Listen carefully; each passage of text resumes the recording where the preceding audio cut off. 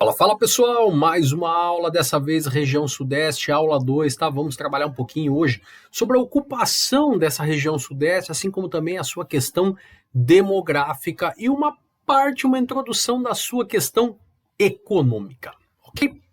Pois bem, pessoal, quanto à questão da ocupação da região sudeste, nós temos que lembrar, moçada, que ao longo do processo de colonização, a primeira das atuais regiões do Brasil a ser colonizada foi a região nordeste, certo? Já vimos isso em outras aulas, vimos que realmente os portugueses iniciaram o processo de colonização por lá e demorou um pouquinho para voltar as atenções aqui para o que nós chamamos hoje de região sudeste, tá, pessoal?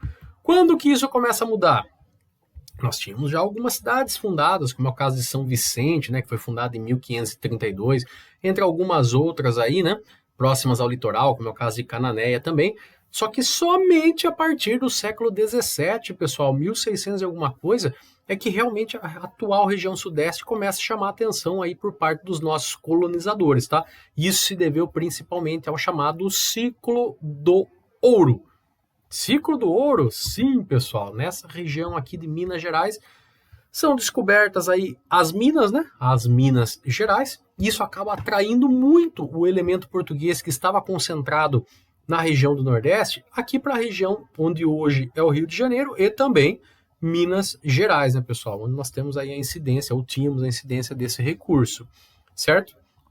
Pois bem, pessoal, é dessa época que nós temos aí, por exemplo, a cidade de Diamantina, a cidade de Ouro Preto. Pessoal, Ouro Preto, olha que foto maravilhosa, centro de Ouro Preto, pessoal. Ouro Preto é uma cidade que quem já visitou lá sabe do que eu estou falando, ela é maravilhosa, ela mostra ali o quanto que esse ciclo do ouro gerou de riquezas naquela época, né? Porque são grandes casarões, são grandes igrejas, muitas igrejas, pessoal, nessa cidade, tudo feito com dinheiro aí do extrativismo na época, né? Diga-se de passagem que foi nessa praça aí, pessoal, que nós tivemos aí a morte do Tiradentes, né? Joaquim José da Silva Xavier, né?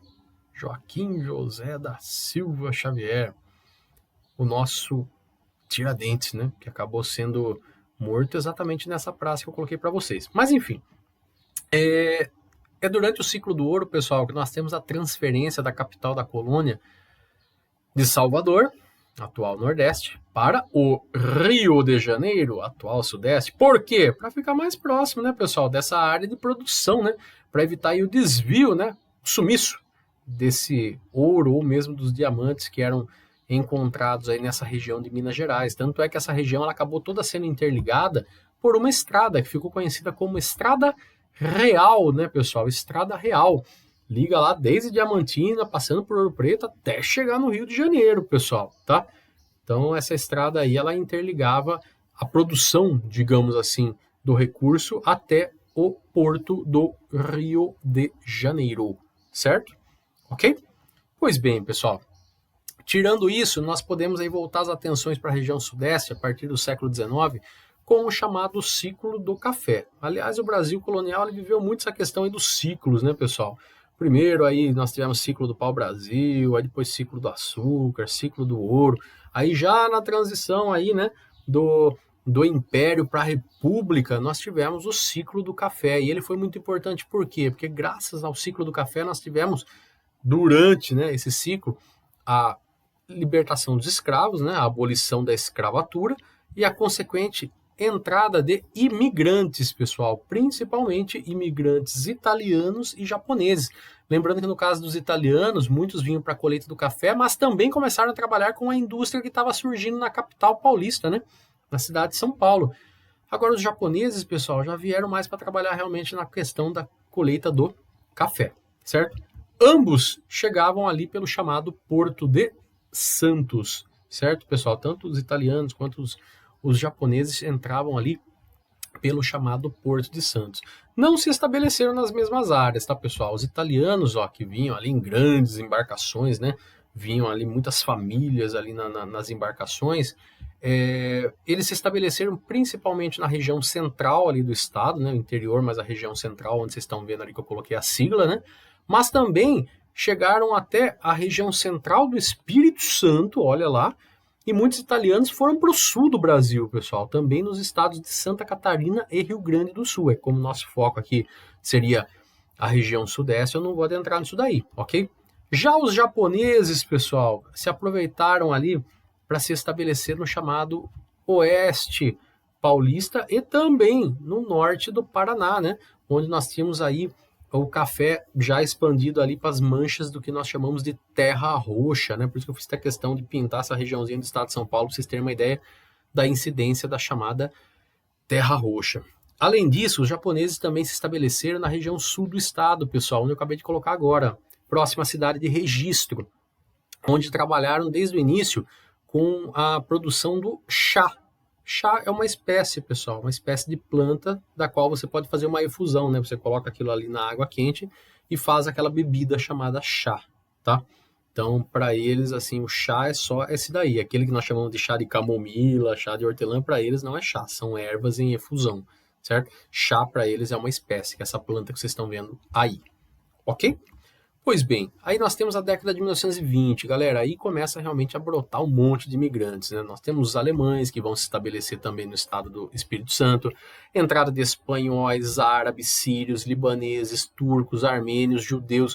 Então, a região sudeste ela começa realmente a virar uma miscelânea de culturas, né, pessoal? Começa a virar um caldeirãozinho cultural, certo?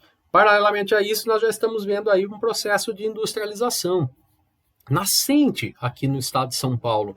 E isso acaba por atrair, a partir da década de 1930, muitos nordestinos, pessoal. Ou seja, muitos nordestinos saem daquela situação difícil onde viviam em busca de trabalho aqui na indústria nascente aqui do estado de São Paulo. Vinham só para trabalhar na indústria? Não, pessoal. Muitos vieram para trabalhar na construção civil, obras, né? Hospitais, pontes, casas, prédios. Muitos para trabalhar em serviços domésticos, principalmente as mulheres na época, né, para trabalhar de governantas, para trabalhar de empregadas domésticas, para trabalhar ali de serviçais de diversos tipos, né, em diversos locais. Mas a maior parte realmente veio para trabalhar na indústria, né? Muitos homens principalmente vieram para trabalhar ali no setor secundário nascente ali no estado de São Paulo, na sua indústria. Ok? Tranquilos? Pois bem, pessoal, agora quanto à população. Quando nós falamos em população na região sudeste, galera, é inconteste, né? Realmente é a região mais populosa do estado, do país, né?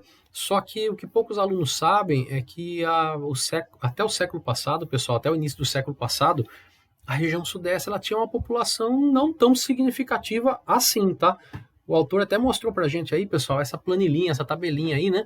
Do ano de 1900 até 2016. A população do Sudeste passa de aproximadamente 8 milhões para 89 milhões, pessoal. Se eu colocasse isso num gráfico, olha que ascendência, hein? Nós tivemos aí uma multiplicação muito rápida aí dessa população do Sudeste. Para falar a verdade, ó, em questão aí de pouco mais de 100 anos, a população cresceu 11 vezes.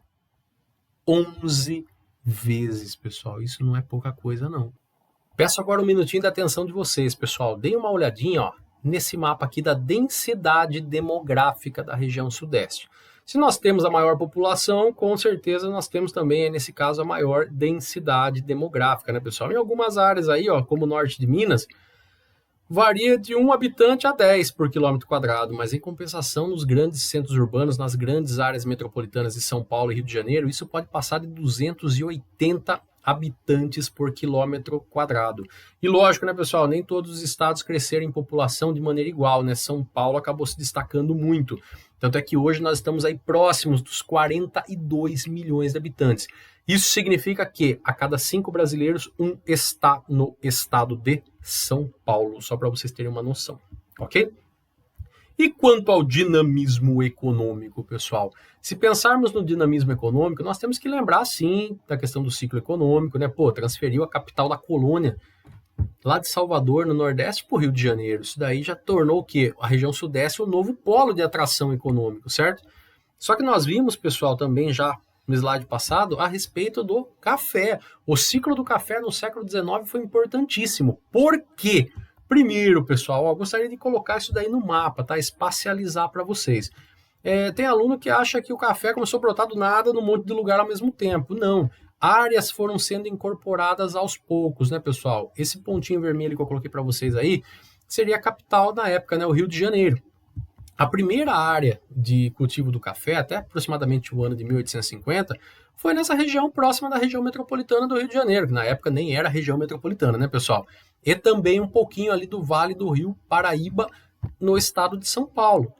Aí até 1900, ele expandiu bastante pelo restante do estado do Rio de Janeiro, um pouco pelo Espírito Santo, um pouco também por Minas Gerais, por São Paulo, e por São Paulo continuou se espalhando. Então, até 1950 já estava no oeste paulista, onde vocês estão vendo na corzinha roxa, inclusive chegando ao norte do Paraná, certo, pessoal? Por que o café foi tão importante assim no dinamismo econômico? Alguns fatores. Primeiro, propiciou que os fazendeiros pudessem ter acúmulo de capital, dinheiro, pessoal. Trouxe muita renda, trouxe muito retorno para os fazendeiros, certo? Assim como também, graças ao café, tivemos a entrada dos imigrantes, que eu já falei para vocês. Muitos trabalharam como mão de obra na própria colheita do café, mas também muitos acabaram servindo de mão de obra para a indústria nascente do estado de São Paulo, ok? Ferrovias, pessoal, para escoar esse café lá do interior de São Paulo até o Porto de Santos, muitas ferrovias foram instaladas e essas ferrovias acabaram, querendo ou não, criando um sistema de logística no estado de São Paulo que favoreceu muito, não apenas o transporte de café, como também de outras mercadorias e também de pessoas, certo? E a infraestrutura urbana, muitas cidades, entre elas São Paulo, dentre elas, né, São Paulo, cresceram muito graças à questão aí do café, né, pessoal, de todo o acúmulo de capital propiciado aí pela atividade cafeira, né? Então muitas cidades começaram a crescer, muitas cidades começaram a ter infraestrutura, ou seja, energia elétrica, água encanada, tratamento de esgoto, entre outras coisas. Isso daí, querendo ou não, acaba sendo um polo de atração para pessoas e também para o quê? Para indústrias, galera. Aqui entra um novo capítulo, ó. Eu entro com o século XX. Tudo essa soma que vocês estão vendo aí resultou num processo de industrialização aqui no estado de São Paulo, certo? Só industrialização? Não, pessoal. Também a formação de uma classe média que consumia. Porque pensa comigo, você tem aí, ó, primeiro uma mão de obra escrava. Essa mão de obra escrava ela é liberta, só que essas pessoas têm que consumir, mesmo ficando à margem da sociedade. Sem contar que muitos imigrantes acabaram adentrando no nosso país e tornaram muito mais robusta essa classe média, ou seja, essa classe social que necessitava de consumir, tinha que comprar seu próprio alimento, sua própria comida, seu próprio calçado, seus próprios remédios. Querendo ou não, moçada, isso favoreceu demais um ciclo benéfico de crescimento aqui para a região sudeste. Certo? Ó, ciclo benéfico de crescimento. Guardem isso, tá? Por quê? Ó, da soma dessa industrialização mais essa classe média consumidora, nós temos o quê? O surgimento das pequenas fábricas aqui no estado de São Paulo, pessoal. Só que essas pequenas fábricas eram do quê? Bens de consumo. Por exemplo, aí roupas, alimentos, coisas assim de utilização imediata, certo? Que nós chamamos aí de bens de consumo, certo? Só que pensa comigo quanto ao período, pessoal. Nós estamos falando das primeiras décadas do século XX, décadas muito turbulentas, regadas aí com 2 guerras mundiais. Se pensarmos ali que a Primeira Guerra Mundial se iniciou em 1914, o século ele já começou muito turbulento. E esse período de entreguerras, ele criou muita dificuldade para a importação. Tudo que o Brasil precisava comprar de fora, ele não conseguia. O que para alguns é uma crise, para outros é oportunidade, né, pessoal? É aí que nós temos a instituição da chamada política de substituição de importações. O que significa isso? Não está conseguindo comprar de fora? Está com dificuldade para comprar de outros países? Fabrica aqui dentro. O Brasil começou a substituir aquilo que ele comprava de fora por produtos fabricados internamente, ou seja, por produtos nacionais. Tudo aquilo que o Brasil não conseguia comprar de fora, ele começou a fabricar aqui dentro. Isso daí foi o impulso inicial para o nosso processo de industrialização. Isso ainda lá na década de 1920, por exemplo, tá, pessoal? Nós tivemos aí, ó, um início. Tudo tem que ter um início, pessoal. Por mais lento que seja, tem que ter um início, certo? Soma-se a isso que a nossa região sudeste tem um grande potencial hidrelétrico, como nós vimos na aula passada. Soma-se a isso, pessoal, que vocês já têm de conhecimento de que a região sudeste também tem reservas minerais, como, por exemplo, de ferro e manganês. no quadrilátero ferrífero, tem petróleo na bacia de Campos, no Rio de Janeiro, que começou a ser prospectado aí questão de 10, 15 anos depois, na década de 1930, 1940. Percebam, pessoal, que criou-se ali um eixo de logística, ó, da região ali do quadrilátero ferrífero, que vocês podem ver no mapa aí que está nesse quadradinho branquinho. Você tem aí ferrovias, né, no caso a Vitória Minas, né, estrada de ferro Vitória Minas, interligando o quadrilátero ferrífero até o Porto de Vitória. Você tem a estrada de ferro central do Brasil interligando até essa região do quadrilátero ferrífero com São Paulo. Isso permitiu o quê? O desenvolvimento da nossa industrialização. Só que, moçada, vamos falar a verdade, né? Para instalar as indústrias de base precisa de muito investimento. E o único ente nacional que poderia fazer isso era o governo. Quem assumiu essa bucha aí na década de 1930 foi o governo de Getúlio Vargas. Ele começou com a política da industrialização de base do Brasil. O que é isso, cara? Produzir bens de produção, galera. Basicamente, fundar siderúrgicas, como é o caso da Uzi Minas, lá em Minas Gerais, a Cosipa aqui em São Paulo, a CSN no Rio, e indústria petroquímica, Petrobras, né, que só veio aí na década de 1950. Qual é a ideia, pessoal, das indústrias de base? Produzir bens para outras indústrias poderem industrializar. Essa que é a real. As indústrias de base, como é o caso das siderúrgicas e da petroquímica, o produto delas é utilizado por outras indústrias no processo produtivo, certo? Olha aí, ó, Companhia Siderúrgica Nacional. Isso evoluiu? Evoluiu pra caramba, pessoal. Tanto é que a região sudeste hoje tem os maiores parques industriais do país. Por exemplo, ó, nós temos na região metropolitana de São Paulo, RM de São Paulo, indústrias mecânicas, químicas, automobilísticas. Na região metropolitana do Rio de Janeiro, nós temos com muito forte a indústria naval e petroquímica, graças principalmente à Bacia de Campos, que nós acabamos de falar agora aí.